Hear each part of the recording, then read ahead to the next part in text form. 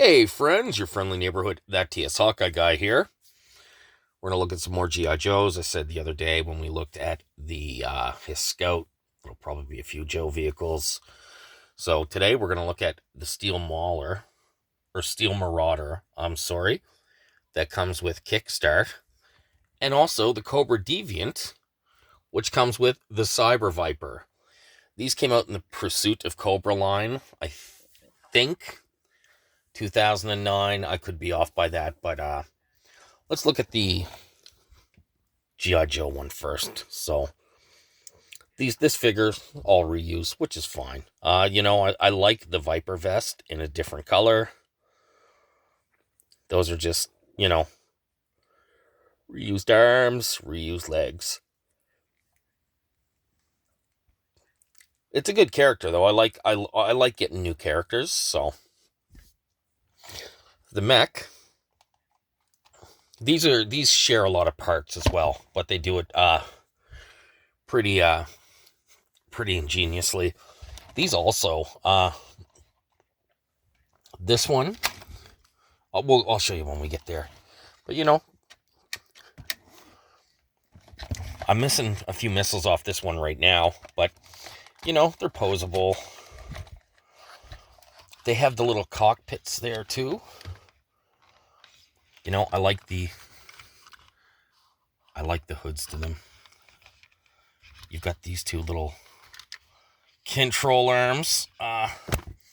So let's put Kickstart in there. I'm not going to even try to get his hands on those. So he fits in there well. This was off when I got it out of storage, so I think it might have warped a tiny bit. So let's look at the Cyber Viper. I like the reused Wild Weasel head. That has a little targeting scope in there.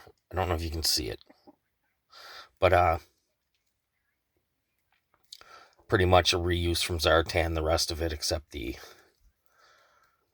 web gear, which I think was from a Strato Viper. Off the top of my head, I don't remember. This one's a little different because the arms here, you can pop these off. And, they have their little effects too. But you can pop those off. And you can put those into the Hiss 5.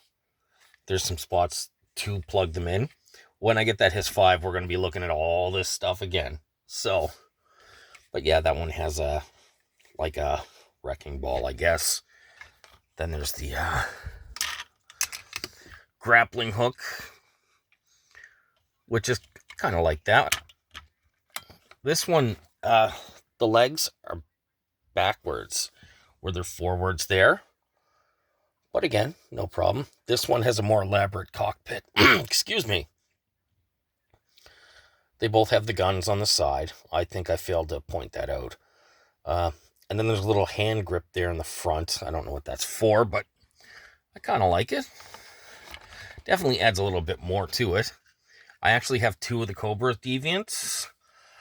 I paid full retail for one, and then I found one at a yard sale about 3 weeks later for $5.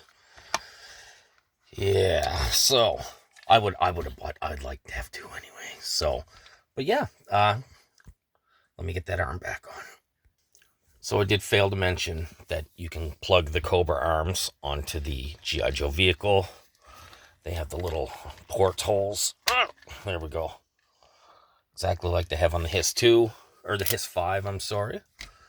And I kind of like the look of that without the arms. It's like a chicken walker from Star Wars. But G.I. Joe didn't really get into the mechs very much. There were some the end of the line. I had one with a Techno Viper that I wish I would have kept. I'll get that off in a sec. Yeah, and then, see, these can even plug into each other. So, like I said, if you have a few, you can plug them all together.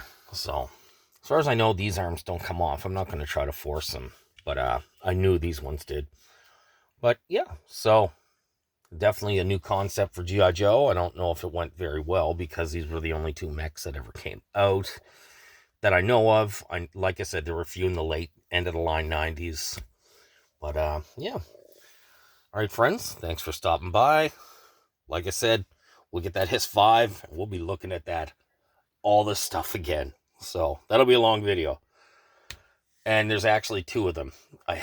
There's a crimson one that I actually like a little better, but we'll look at them both. All right, friends, talk again soon.